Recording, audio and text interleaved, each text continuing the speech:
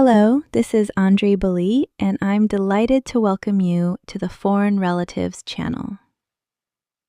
The apartment was filled with the scent of stale dust and aged parquet flooring. It smelled of substantial wealth from old Moscow. Valentina ran her palm over the oak windowsill. The windows overlooked a quiet lane in the Patriarch's Ponds district. The apartment, which she had kept hidden from everyone for 6 months, precisely the legal waiting period to claim her inheritance after the passing of her second cousin, a woman with whom Valia felt a closer bond than with her own mother. It spanned 79 square meters, boasting high ceilings adorned with stucco molding that had escaped demolition during the Zero Decades renovation craze. Its market value was estimated at 47 million rubles. Valia wasn't a socialite or involved in the business world. She worked as a senior manager at a printing house, meticulously checking layouts for errors and ensuring they never ran out of ink at a crucial juncture. Her hands were ordinary, with short fingernails. She had a habit of frowning when doing mental calculations. And then there was her husband, Kirill, who considered himself an unrecognized marketing genius. Can you imagine, Valyusha? It's fate itself. Kirill paced the empty living room, hands clasped behind his back like a landowner surveying his estate. 47 million. We can finally launch my farm-to-table cheese delivery startup or invest in crypto. It's at rock bottom now. A rebound is imminent. Valentina stood by the window, gazing at the yellowing linden trees.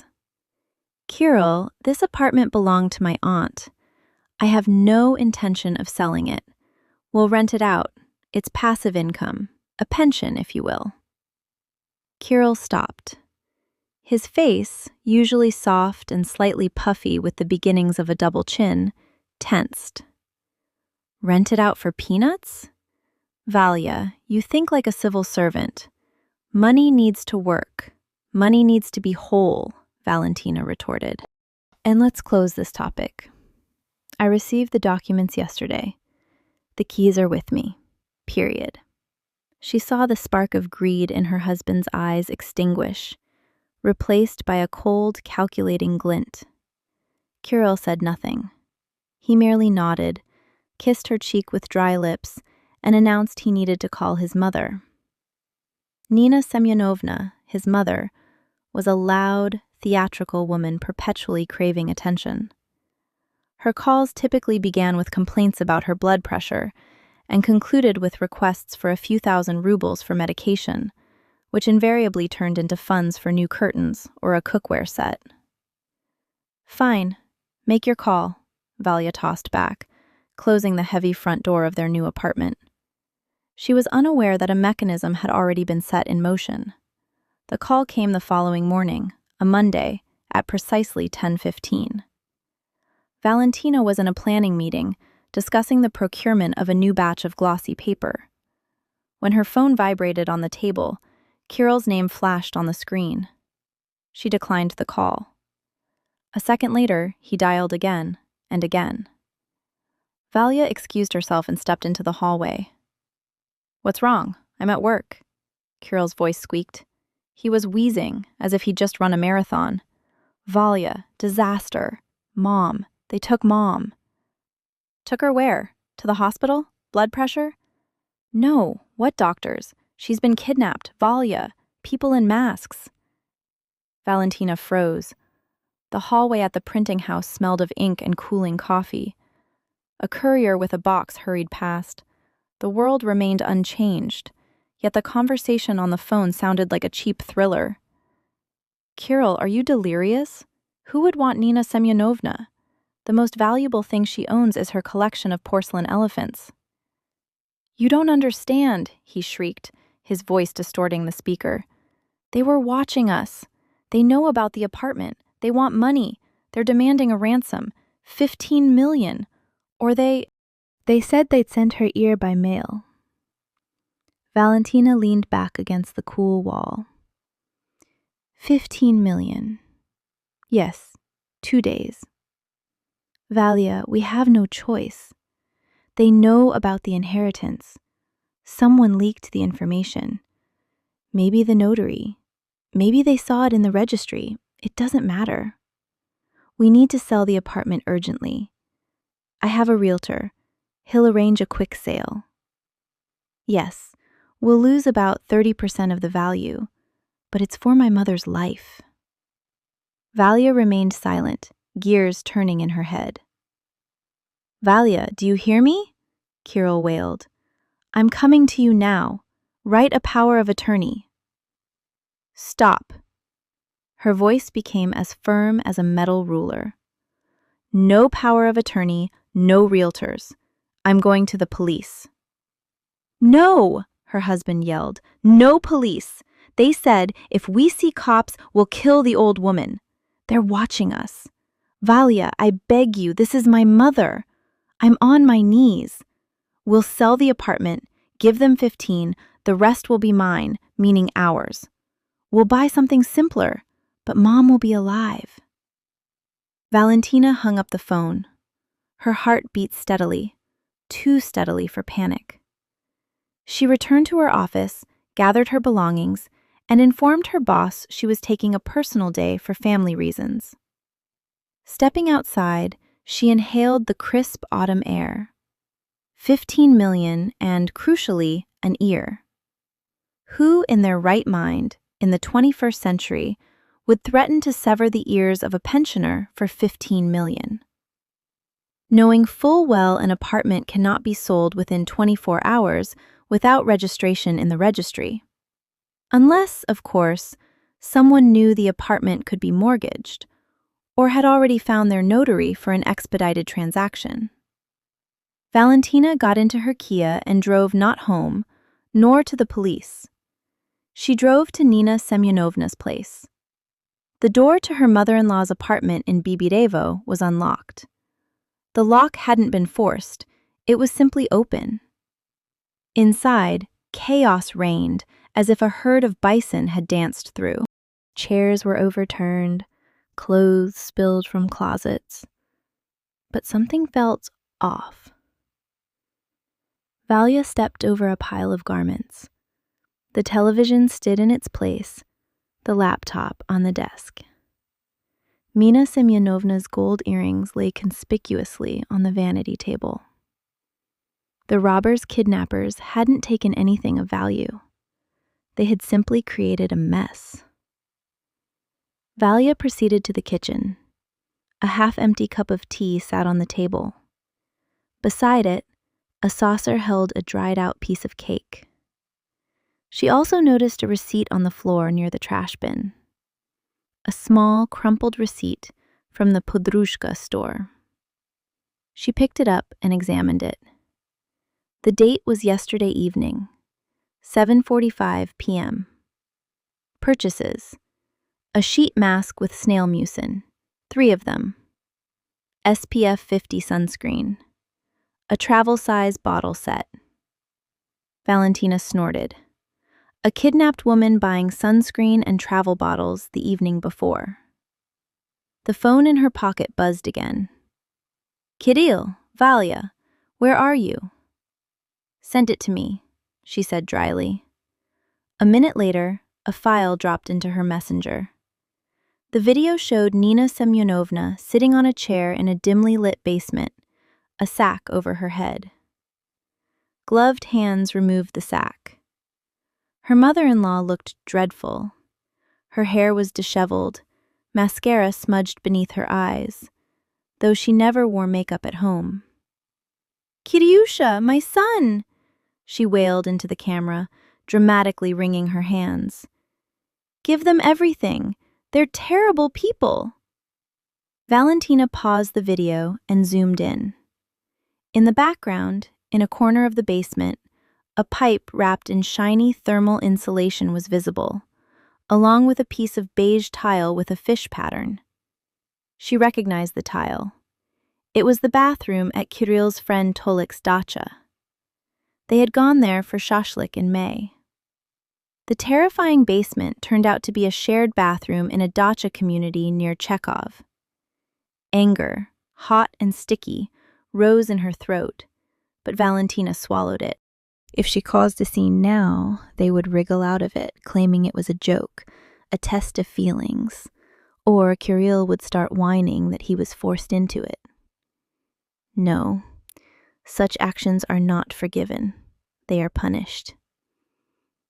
She dialed the number of a former colleague from the printing house's security department.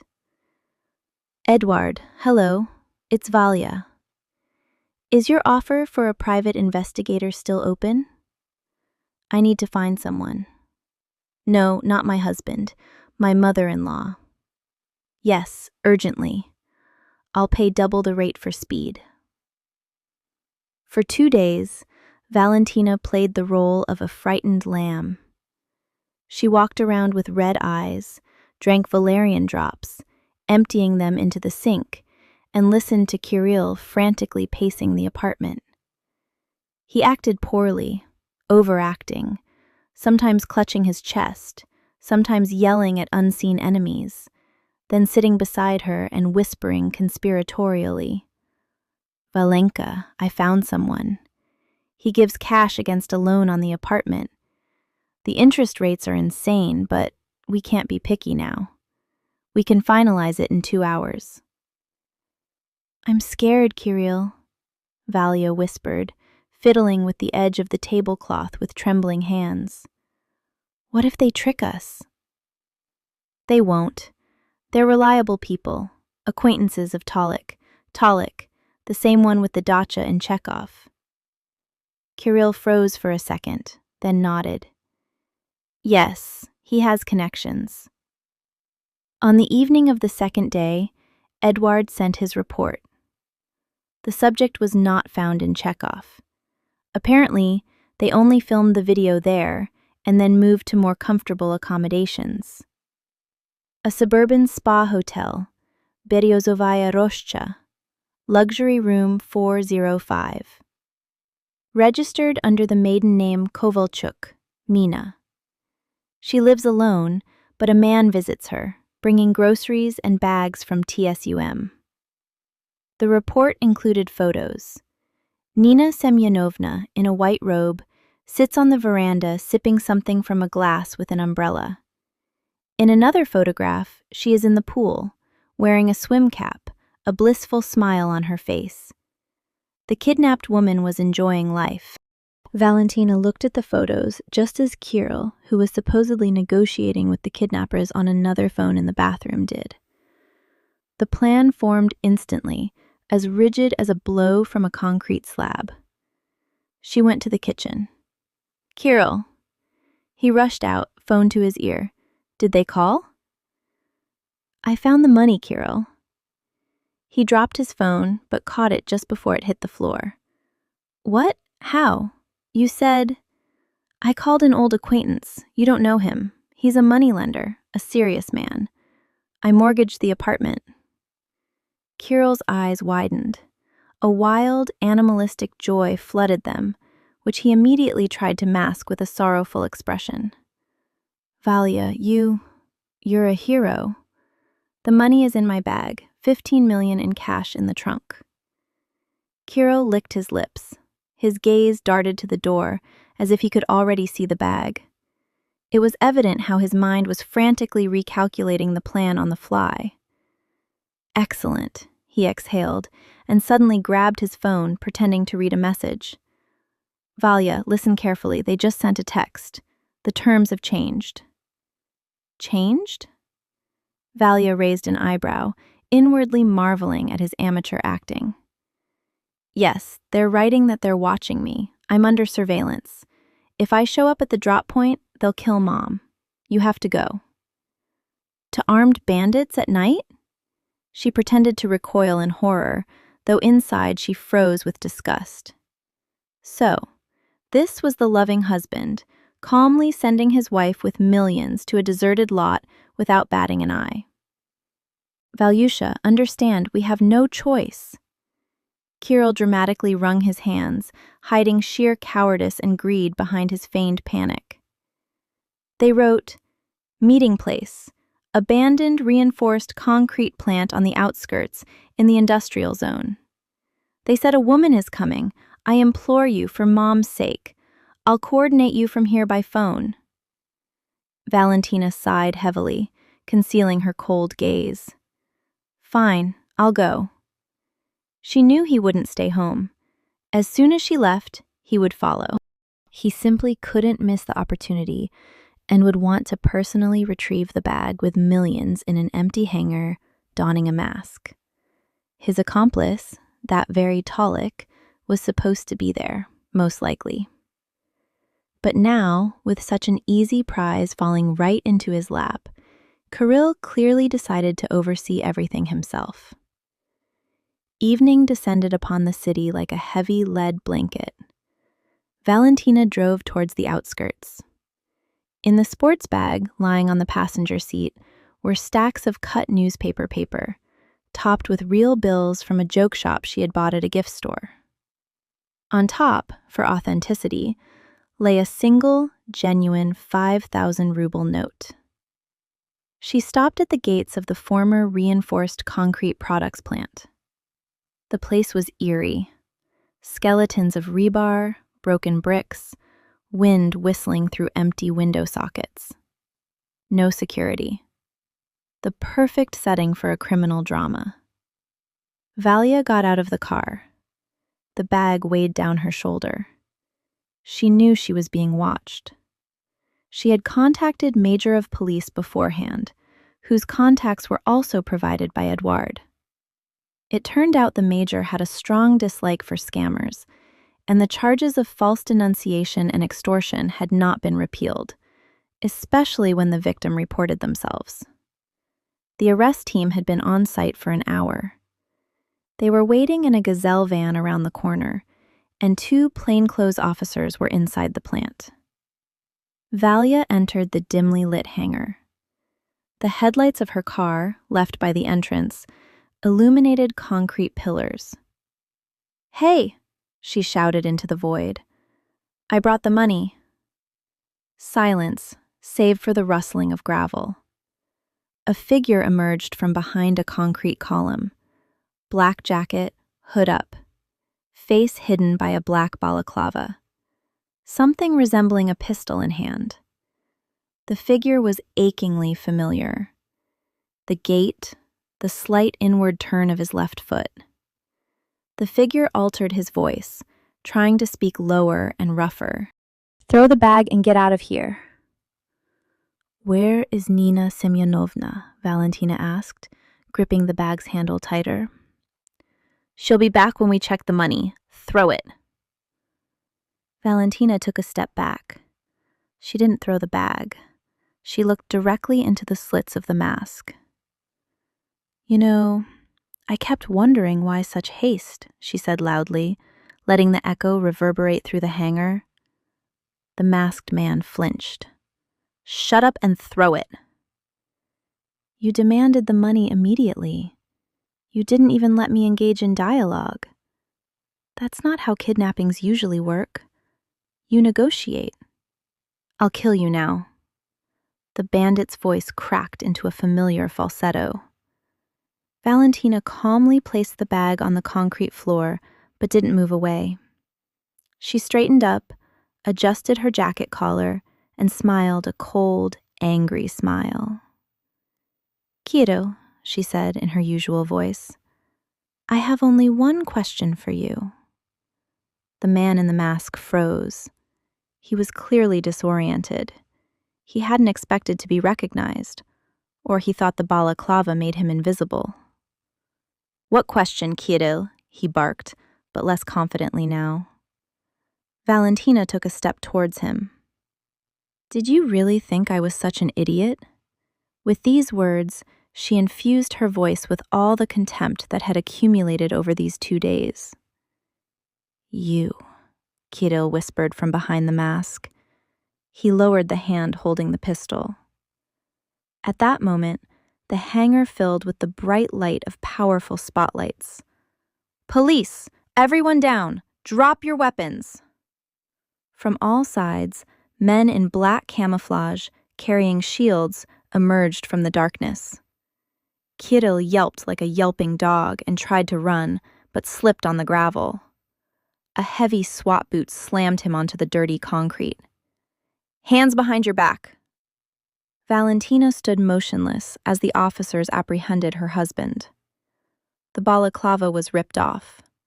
Kirill's face was gray with dust and terror. He stared at his wife, unable to utter a word. Simultaneously, 40 kilometers from Moscow, in the spa hotel Beryozovaya Roshcha, the second act of the charade was unfolding. Nina Semyonovna was luxuriating in a jacuzzi, enjoying the hydro massage. A glass of Prosecco sat on the edge. She was already mentally spending her share. Kirill had promised her $5 million. She'd need to renovate, take a trip to Turkey, and get new teeth. The door to room 405 burst open with a crash. Police, stay put! Nina Semyonovna shrieked so loudly that the crystal glasses tinkled. Officers stormed into the room. The woman tried to cover herself with foam, but the foam betrayed her by settling. Citizen Kovalchuk, you are under arrest on suspicion of fraud, knowingly false denunciation, and staging a crime. This is a mistake. I was kidnapped, she screamed as handcuffs were placed on her wet wrists. Yeah, and tortured in a jacuzzi, the officer scoffed, bagging the evidence. The phone from which the threats were sent lay nearby on a table. The interrogation room was exactly as depicted in movies. Gray, dismal, with a table bolted to the floor. Kirill sat opposite the investigator, hunched over. He had confessed everything, betraying the idea, his mother, and Tolik, who was supposed to act as a lookout but had simply fled upon seeing the police. Kirill cried, smearing snot across his face, repeating that he was led astray, that he had wanted what was best for the family. A mirrored glass separated him from the corridor. He couldn't see who was standing there. Valentina watched him through the glass. There was no pity in her. Pity had died somewhere between the snail mask receipt and the sight of her husband in a balaclava. Will you be filing a civil suit for damages for the detective's work? The investigator standing next to her asked. Absolutely, Valentina nodded, and include the fuel costs. She took a folded sheet of paper from her bag. Please give this to him along with the protocol. What is this? The investigator took the sheet. A divorce petition. Also, tell him I've rented out the apartment to a family with 3 children and 2 dogs. Let him rejoice in my passive income. Valentina turned, her heels clicking on the linoleum floor, and walked towards the exit. Outside, it was dark and cold, but she felt as if spring had arrived. The air was clean. A big cleanup awaited her. Not in the apartment, but in her life. First, she would change the locks. Second, she would buy herself a real vacation, not to a suburban hotel. Behind her, a bolt clanged shut. The inheritance saga was over. The story of a new Valentina was just beginning. There was no longer room in her life for parasites, even if these parasites called themselves family. She got into her car, turned on the radio, and for the first time in a week, genuinely laughed, because the 15 million remained with her, as did the 47, and her self-respect, which, it turned out, was worth more than any property in the center of Moscow. Thank you for listening. This was Andre Belli. See you in future videos.